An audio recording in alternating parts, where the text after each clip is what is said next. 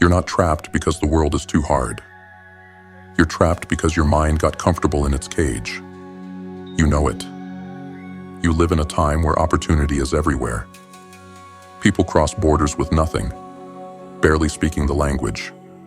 And 10 years later, they own businesses, employ dozens, and stand on their own feet. Meanwhile, you're sitting with a phone in your hand, access to more knowledge than entire empires had, and still telling yourself, I can't. My bills, my taxes, my situation. Listen carefully. Your prison is not out there. Your prison is in here. Two chains hold most people for life: helplessness and habit. Helplessness says, I have no control. Life happens to me. Habit says, I'll just keep doing what I've always done, even if it's killing me. Put them together, and you get a human being walking the same tunnel every day, even when the reward is gone. Deep down, they know the cheese has moved. The job is dead. The relationship is poison. The routine is draining the life out of them. But they keep crawling back to the same place, expecting it to magically become fulfilling again. That's not fate. That's conditioning. And here's the sick joke. A simple animal with a tiny brain will eventually stop going down the wrong tunnel and try a new one. But a human with the most powerful mind in known existence will keep repeating the same patterns for years, even decades. Not because they're weak, because they're afraid. Beneath helplessness and habit, there are two roots: fear and ignorance.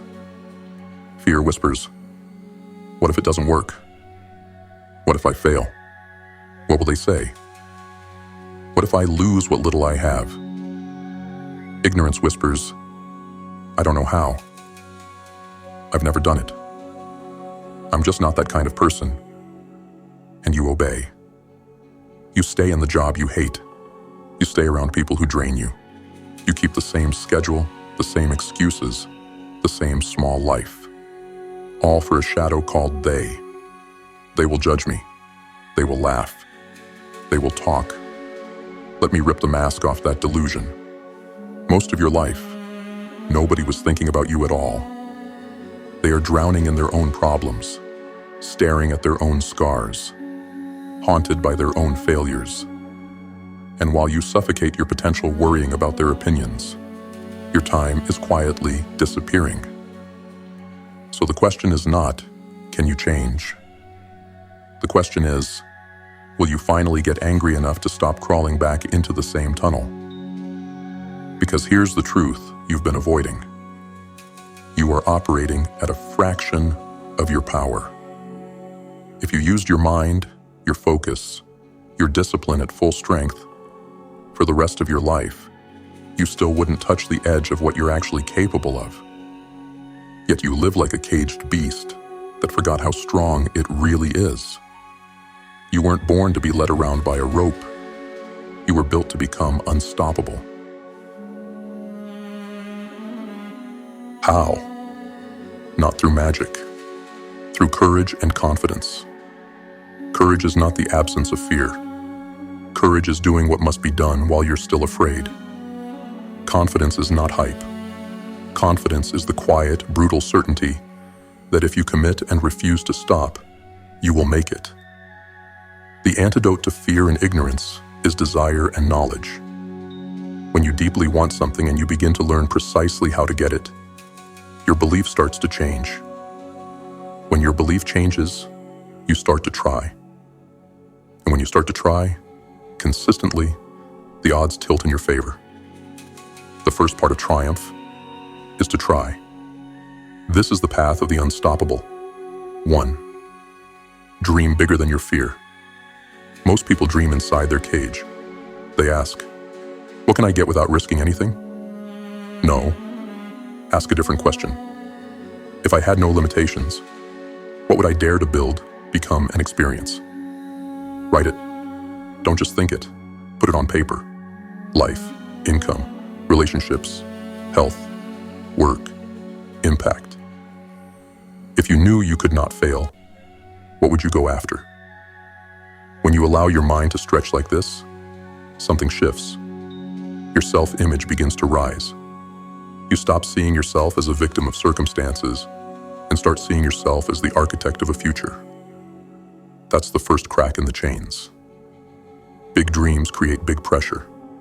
Big pressure forges stronger steel. 2. Turn vision into a weapon.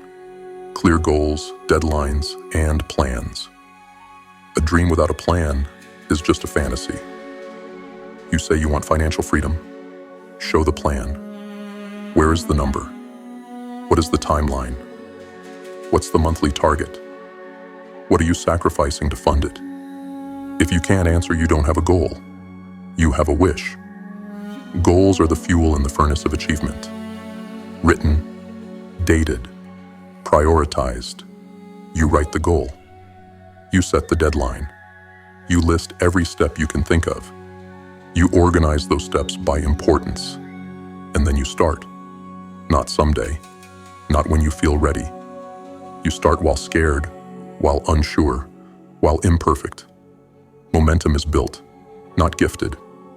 3. Accept brutal responsibility. No rescue is coming. Here's the turning point of adulthood. Realizing that no one is coming to save you. Not a boss, not a partner, not a politician, a system, a miracle. You are the president of your own life. Your income, your health, your skills, your relationships, your opportunities. All of it is the compounded result of your decisions. That reality is heavy, but it's also liberation. Because if your choices created this, new choices can create something else. You don't like your finances? Change how you earn, how you spend, how you invest. You don't like your body? Change how you move, how you eat, how you rest. You don't like your surroundings?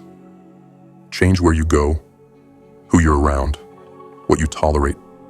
No excuses, no blame, no endless explanations. Either change it or admit you're choosing it. Responsibility is savage, but it's sacred. It's the moment you step out of the crowd and say, if it's to be, it's up to me. 4. Become dangerous at what you do and use it to serve. You were not born as a copy. You are not a glitch in the system. There is something you do naturally better than most. Something that lights you up. Something you can become lethal at if you pour yourself into it. Look back. What tasks have always come easier to you than to others? What topics can you study and talk about for hours without getting bored? Where have people consistently told you, you're really good at this? That's not random. That's a signal. The world does not reward average. It pays the highest price for those who are exceptional and useful. So you take that strength and you sharpen it relentlessly. You approach your craft like war. Repetitions, study, practice, feedback, work, work, work. Excellence is not a destination. It's a lifestyle. And then you link it to service. You ask, who do I want to serve? Who do I want to help so much that I'm willing to bleed to solve their problems? Your income, your reputation, your impact. They are all reflections of one thing: the value of your service to others. You feel empty when you only chase what you can get. You feel powerful when you obsess over what you can give. 5. Work like your future is on fire. You don't build an unstoppable life in spare time. You work. Not mindless busyness, not fake productivity, high-value work. Most people waste half their working hours scrolling, gossiping, drifting. Then they carry unfinished tasks home like a disease that infects their family and their sleep. Don't be that. When you're on the clock, you hunt. You attack the highest value task first. You move with urgency. You become known as the one who gets it done, fast and well. Time is the currency now. Speed and reliability are weapons. When you focus single-mindedly on one important task until it's finished, you feel a surge of power. Your self-respect rises. You stop feeling like a pawn and start feeling like a player. Scattered effort drains confidence. Focused effort builds it. 6. Refuse to be broken by failure. You want success? You're going to fail. A lot. You will pitch and be rejected. You will start and stumble. You will step out and be mocked. You will invest and lose. You will love and get hurt. Good. Every failure strips another layer of fear. Every setback is a weight on the bar. You either lift it or you walk away weaker. The fear of failure is worse than failure itself. Act as if it were impossible to fail and move anyway. Not because you are guaranteed victory, but because every attempt forges the person you're becoming. Do the thing you fear, and the fear starts to die. Run from it, and it owns you for life. 7. Persist until the cage breaks. Courage has two faces, the leap and the endurance. Anyone can be brave for a moment. The question is, can you keep going when nothing seems to work? There is always a dark corridor between starting and seeing results. This is where most people break. They run back to their comfort zone and call it being realistic. Persistence is self-discipline in motion. Doing what you should do, when you should do it, whether you feel like it or not. Every day you persist, your self-esteem grows. Your respect for yourself deepens. You begin to realize, I can outlast this. That's when you become dangerous. Not because you never fall, but because you refuse to stay down. Not because life is gentle with you, but because you keep walking through the storm. So here you are. You can stay chained to helplessness and habit, going down the same dead tunnel every day, complaining about the missing cheese. Or you can become the rogue beast that finally rips the stake out of the ground. You do it by dreaming beyond your limits, by turning vision into concrete goals and plans, by accepting complete responsibility, by becoming excellent and useful, by working with focus and urgency, by treating failure as training, by persisting long after others have quit. You do it by choosing a new identity. I am no longer the victim of my own mind. I am no longer ruled by fear. I am no longer hypnotized by comfort. You do it by telling yourself until it rewires your nervous system. I am unstoppable. Not because life is easy, but because no matter how hard it hits, you refuse to stay on your knees. When things go wrong and the road is uphill, you push. When money is tight and pressure is high, you push. When you're exhausted and progress is slow, you push. You rest if you must, but you do not quit. Because the moment you stop quitting, the moment you stop running from fear, the moment you stop bowing to they, that is the moment your cage stops being a prison and becomes the rubble you climb on to see how far you can truly go.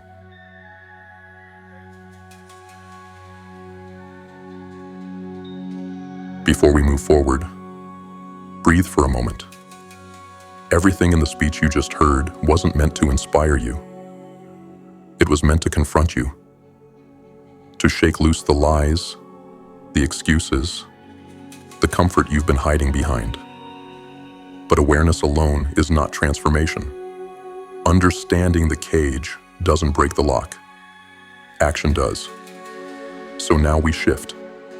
We leave the realm of ideas and step into execution. We take the fire, the discomfort, the clarity you just gained, and we forge it into a plan you can actually live by. What comes next are 5 steps, 5 levers you can pull, starting today, to dismantle helplessness, break the habits that are killing your potential, and build the identity of someone who is truly unstoppable. This is where thought becomes movement, where intention becomes direction, and where you stop listening and start changing. Step 1. Expose the cage, helplessness, and habit audit. If you don't confront the prison, you'll never escape it. And the darkest prisons are not made of steel. They're made of routines, assumptions, excuses, and invisible agreements you made with yourself long ago.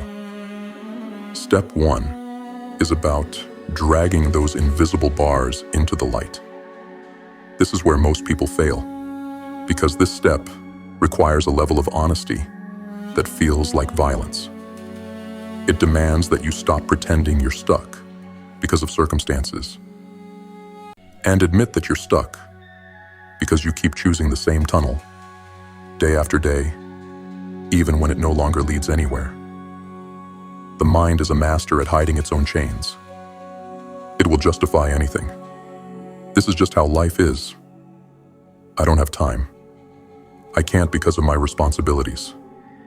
It's too late. I don't know how.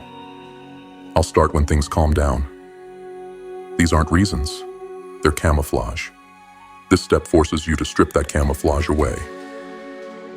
Start with the tunnels. Take out a notebook and title the page, Fourth Tunnels. Write down every area of your life where you keep showing up even though the reward is gone. A job that crushes your spirit, but you stay because it's familiar. A comfort habit that drains you. Late night scrolling, overeating, substances, procrastination. A relationship or social circle that keeps you small. A financial pattern that keeps you broke even though you know exactly why. Don't sugarcoat. Don't analyze. Don't justify. Just write. You're mapping the tunnels you keep crawling back into. Then move to the second list. I can't because... Complete that sentence 10, 20, even 50 times. Everything you normally hide from yourself, put it on the page. I can't because I don't have support. I can't because I'm too stressed. I can't because I failed before. I can't because people will judge me. I can't because I don't feel ready. This list is brutal, but necessary. These are the beliefs that keep you from moving. These are your mental shackles. Now the third layer. Label each excuse. Next to every line, write H for helplessness, HB for habit. Most will be both. That's good. It means you're seeing clearly. Because helplessness is the voice that says, I have no power.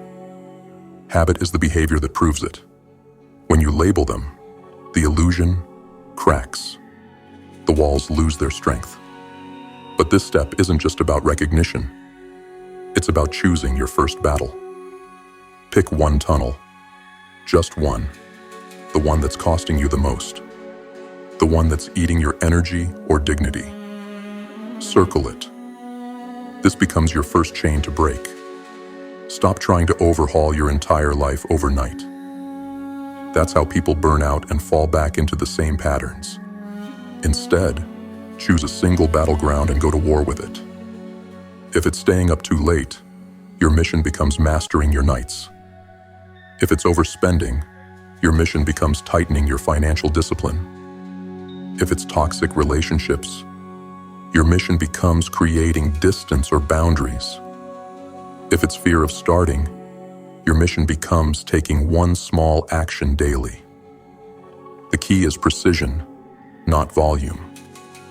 Because once you defeat one tunnel, you prove to yourself that the cage isn't locked, that you can change, that you're not helpless, that habits can be broken and rebuilt, and that single victory becomes the foundation for everything that comes after. Each night, finish with a simple ritual. Where did I act helpless today? Where did I run a dead tunnel again? One sentence each. No guilt, no drama, just truth. Awareness becomes a blade, and with enough slices, the cage starts to fall apart. Step 2. Weaponized vision. Big dreams, clear targets, real deadlines. Most people drift through life like a ship without a compass, moving but not going, busy but not progressing, exhausted but not fulfilled. Step 2 is the turning point where you remove the fog, sharpen your direction, and transform vague hopes into a weaponized vision that pulls you forward with force. Because without a target, your mind has nothing to lock onto. And without a deadline, you will postpone your entire life.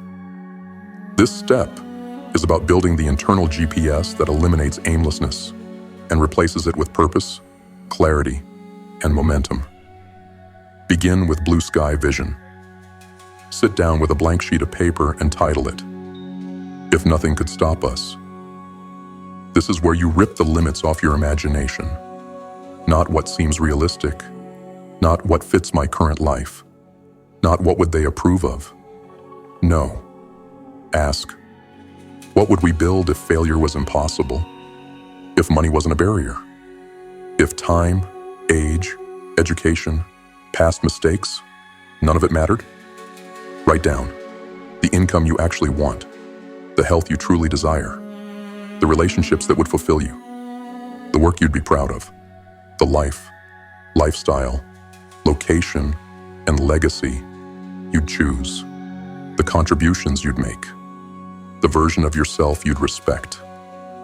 Most people never do this because dreaming big threatens the identity they've settled into. It forces them to admit how small their current reality is compared to their potential. But if you can't imagine a larger life, you can't step into one. Blue sky thinking elevates your self-concept. It forces you to acknowledge that you want more, not out of greed, but out of truth. Choose 3 core goals.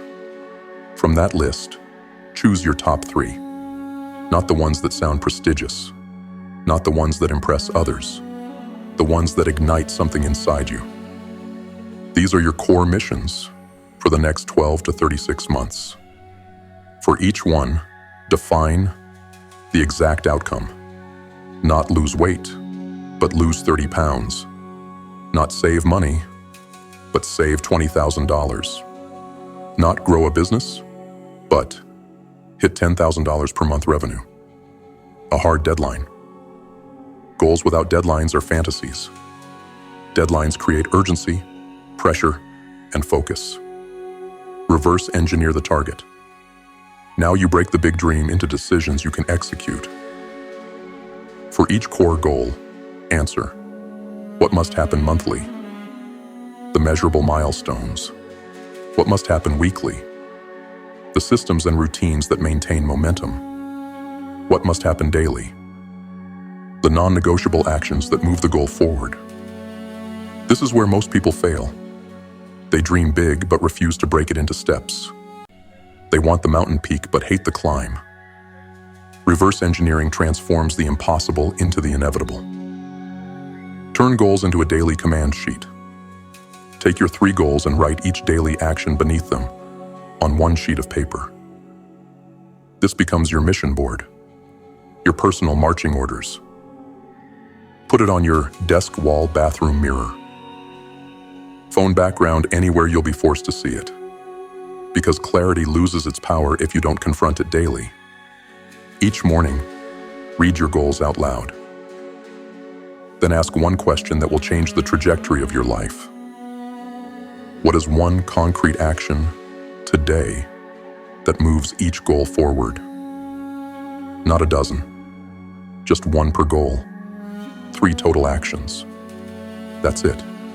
This keeps you from being overwhelmed and ensures you take real steps instead of staying stuck in analysis or perfectionism.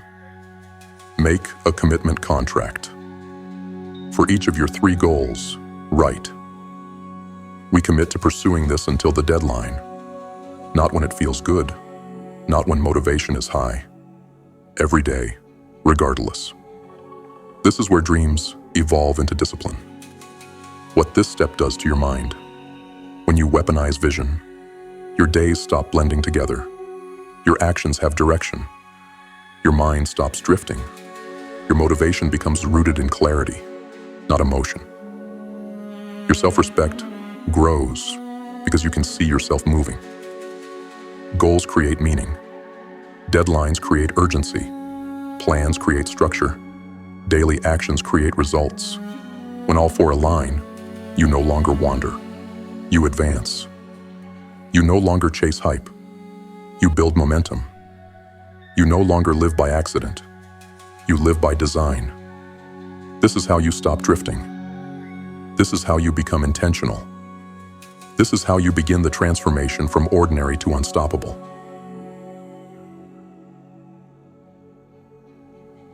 Step 3. Assume total command. Kill the victim identity. This is the step that separates people who talk about transformation from the ones who actually take their lives back. Because nothing changes until you confront the truth that hits hardest. You are where you are because of your choices, and you will only get somewhere new through different choices. Not fate, not luck, not the system, not they, you. This isn't about shame, it's about reclaiming power. As long as you believe someone else is responsible for your life, you will wait for someone else to save it. And that day never comes. Most people spend decades hoping for a rescue, hoping the boss pays more, hoping the partner understands them, hoping the government fixes something, hoping life magically gets easier. This step burns that hope to the ground so something stronger can rise in its place. Personal command.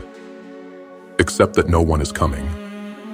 The moment you internalize this, your life begins. It's not meant to be depressing.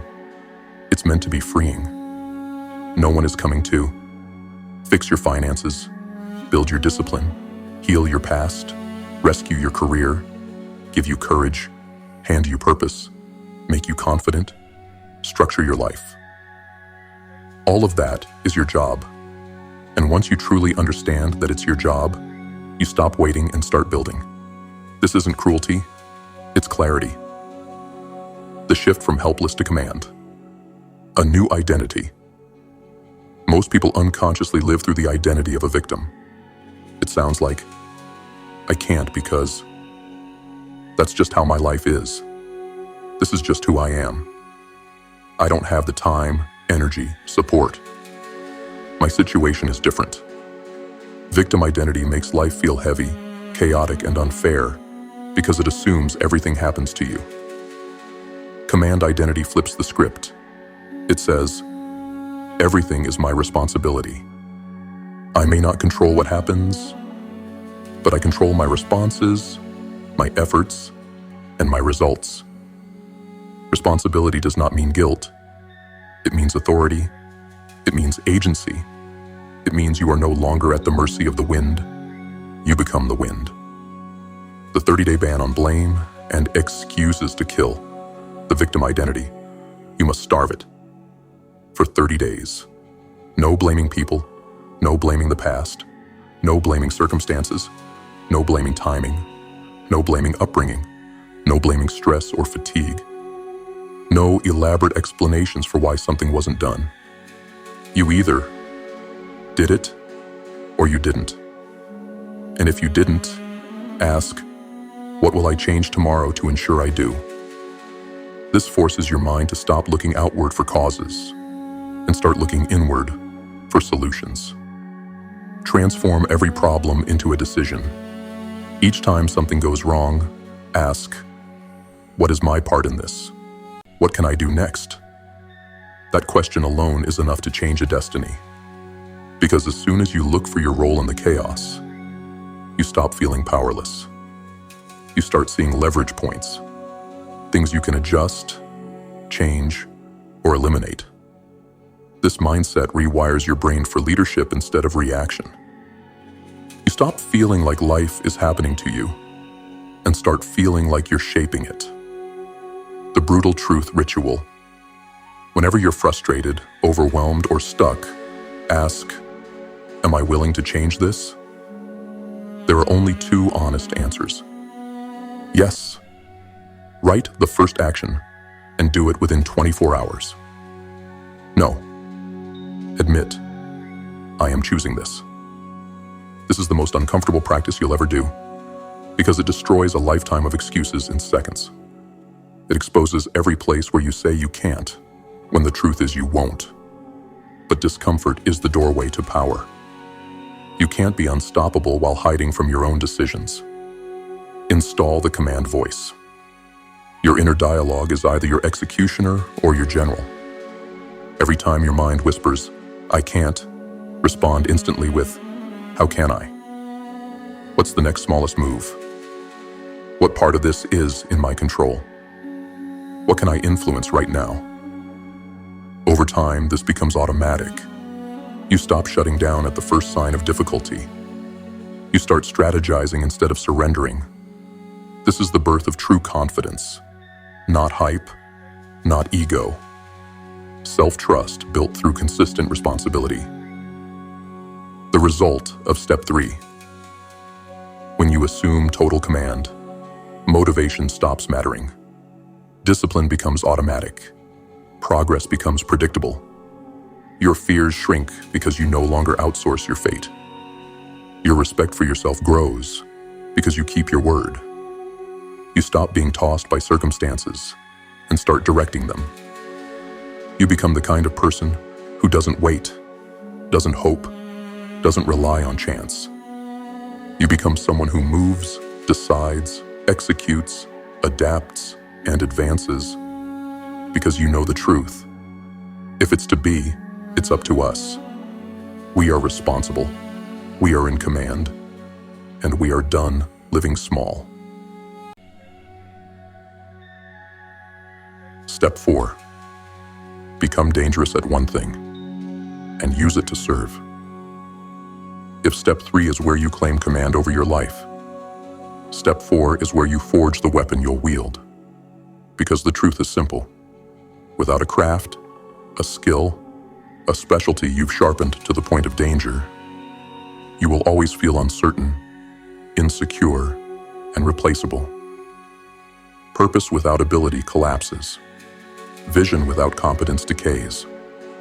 And confidence without mastery is just noise. This step is about turning your potential into proof, your interest into expertise, and your strength into something that matters. Not just to you, but to the people you serve. Most people never do this. They spend their lives dabbling, not committing, not deciding, not going deep. Their effort is scattered across 50 pursuits, half-trained skills, and abandoned projects. They stay mediocre because they never give themselves the chance to become exceptional. But exceptional is where the doors open. Exceptional is where confidence becomes unshakable. Exceptional is where your value becomes undeniable. Start with this question. Where am I naturally sharp?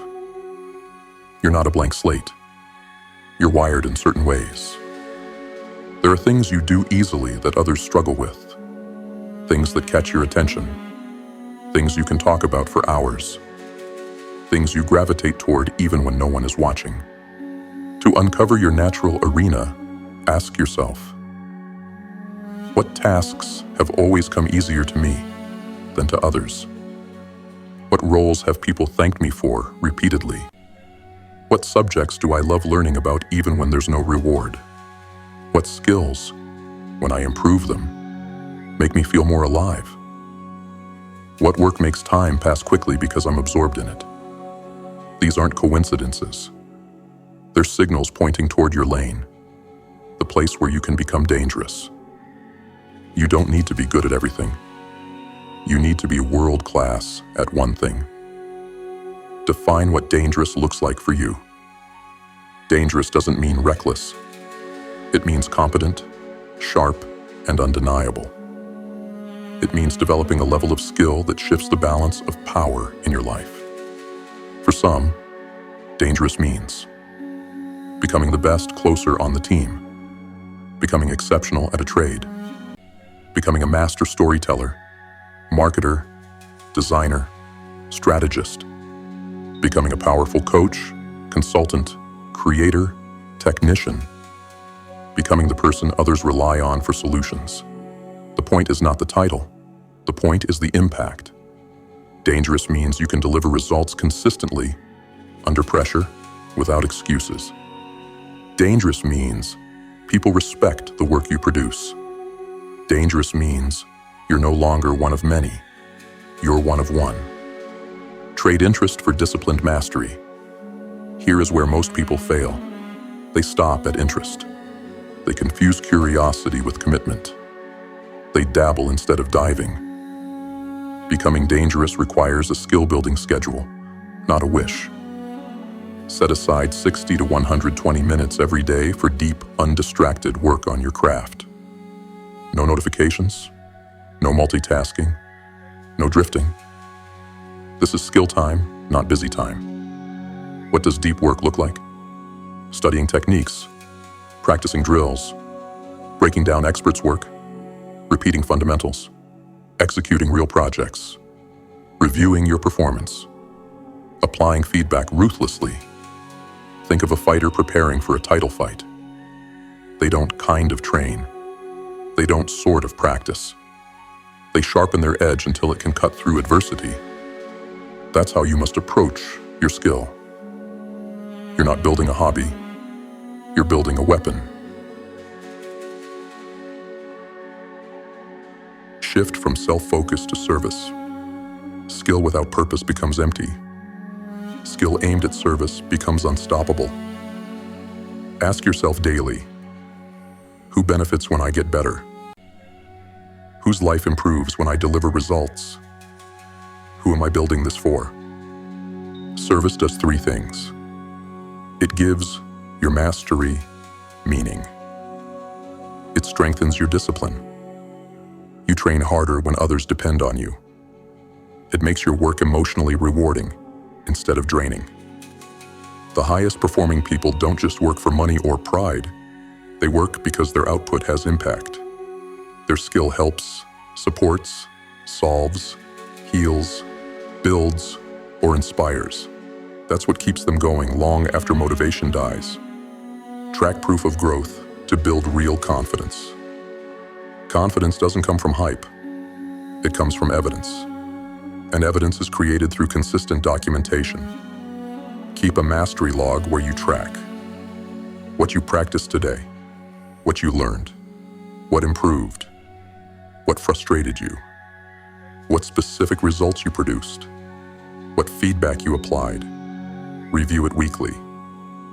This journal becomes your shield against self-doubt, because you can look back and see, we are not the same person we were a month ago. Momentum becomes visible. And when momentum is visible, belief becomes unshakable. Master your craft, and you master your future. When you become dangerous at one thing, you stop feeling replaceable. You stop negotiating with fear. You stop begging for opportunity. You start attracting people, clients, partnerships. You start creating leverage. You start commanding higher pay. You start influencing outcomes. You start trusting yourself. You start becoming unavoidable. People respect skill. The world rewards mastery. Life bows to those who decide to be exceptional. Step 4 is where you stop being another face in the crowd and become someone whose presence has weight. Someone who can step into any room, any challenge, any goal, and know that you have the ability to rise to it. Because when you are dangerous at what you do, and you use it to serve, your potential stops being theoretical. It becomes undeniable.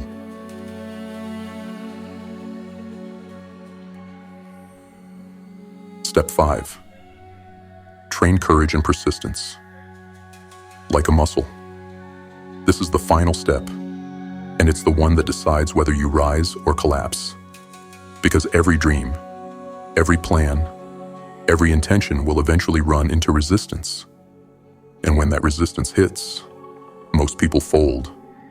Not because they're incapable, but because they've never trained themselves to withstand pressure. They never built the muscle of courage. They never built the endurance of persistence.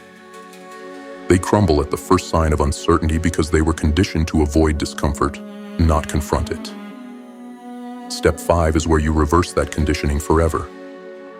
This is where you become the kind of person who moves through fear rather than away from it, and who persists long enough to reach the version of life you're actually capable of living.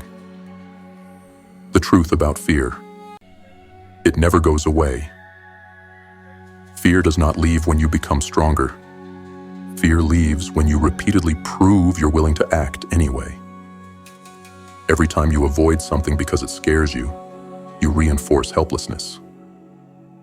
Every time you confront something despite the fear, you reinforce power. Courage is not a character trait. It's a trained response. You become courageous the same way you become strong in the gym, through deliberate, repeated exposure to resistance. The daily fear. Repeat. Every day, choose one action that is uncomfortable, sending the message you're avoiding, making the call you fear, asking the question you've been hesitating to ask, setting the boundary you've been too timid to set, showing up publicly when you'd rather stay silent, saying no when you're pressured to say yes, starting the task you've been procrastinating. It doesn't have to be dramatic. It just has to be something your comfort zone would normally talk you out of. Think of it like emotional weightlifting. Each rep builds a thicker layer of inner steel. After a few weeks of this, things that used to terrify you will feel routine. That's what happens when you confront fear systematically. It loses its authority. Set a failure quota. Most people avoid failure like a disease. You won't. You will pursue it. Pick a number, 5, 10, 20, and that becomes your weekly quota of rejections, mistakes, attempts, and imperfect actions. Why? Because the more you fail, the more you learn. The more you fail, the more you weaken the fear of failure. The more you fail, the more momentum you build. When failure becomes a metric you track, fear loses all leverage. Now, failure isn't a threat.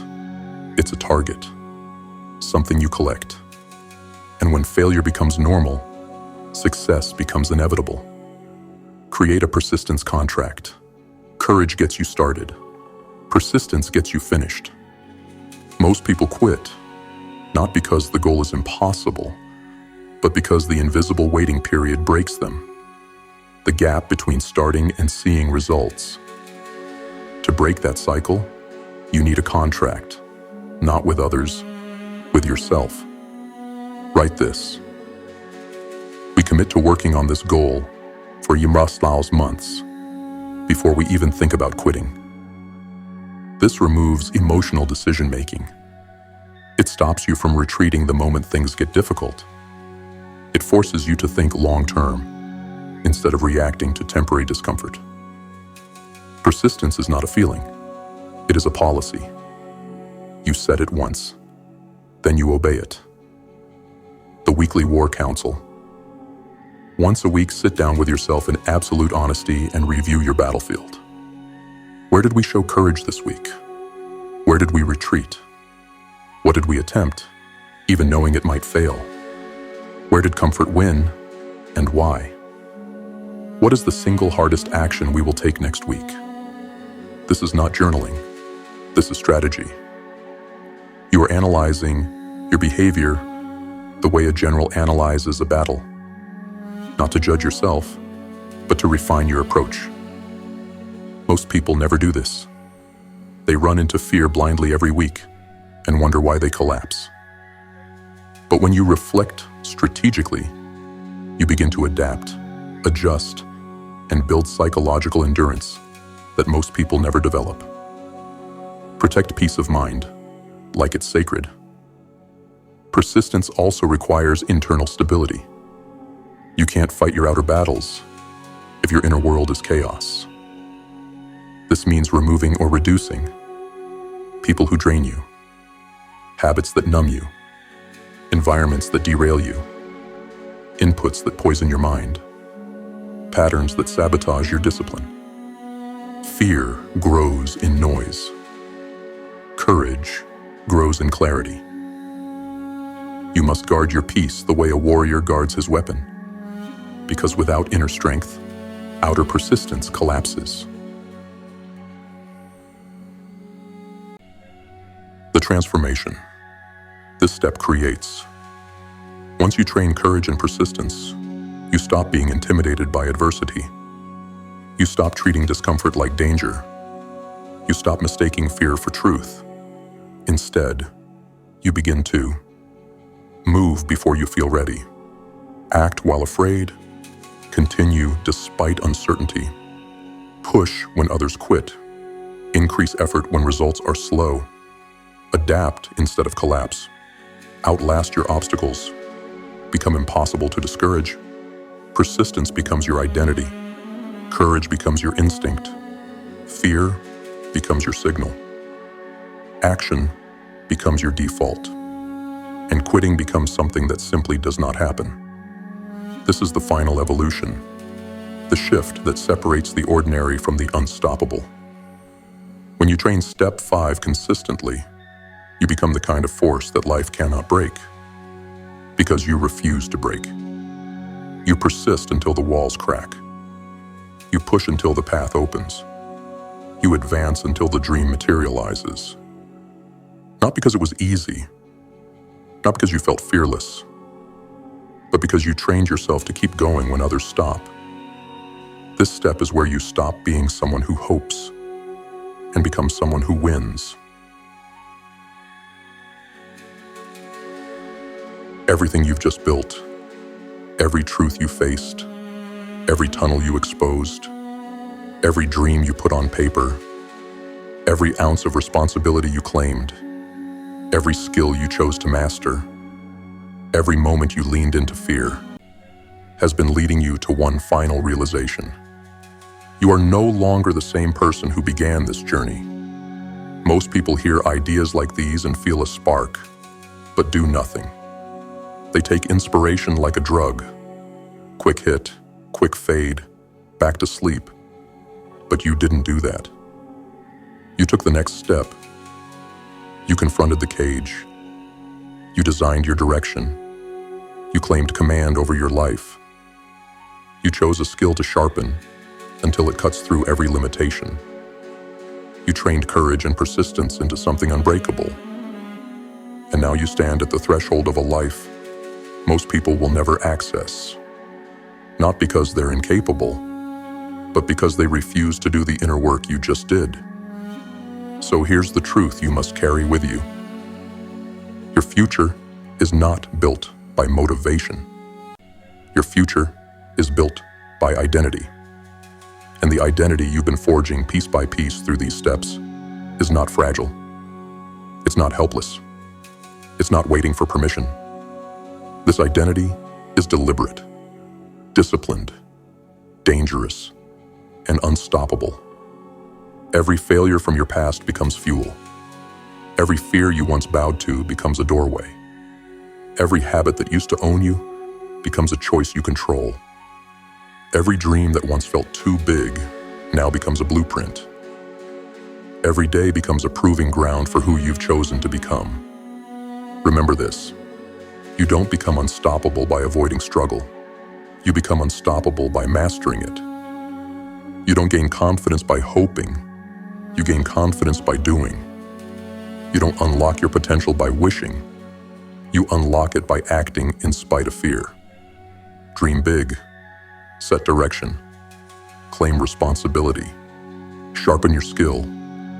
Train your courage. Persist until the world moves. This is the blueprint for a life most will never taste. This is how ordinary people become extraordinary. This is how the powerless become powerful. And this is how you break the chains that once convinced you that this was all you were allowed to be. You now have the knowledge. You now have the plan. You now have the identity. The only thing left is to live it. Because once you truly accept that nothing outside you is stronger than the force you're building within you, once you understand that every limitation can be broken, once you decide that this time you're not retreating, there is only one word powerful enough to describe the person you're becoming: unstoppable.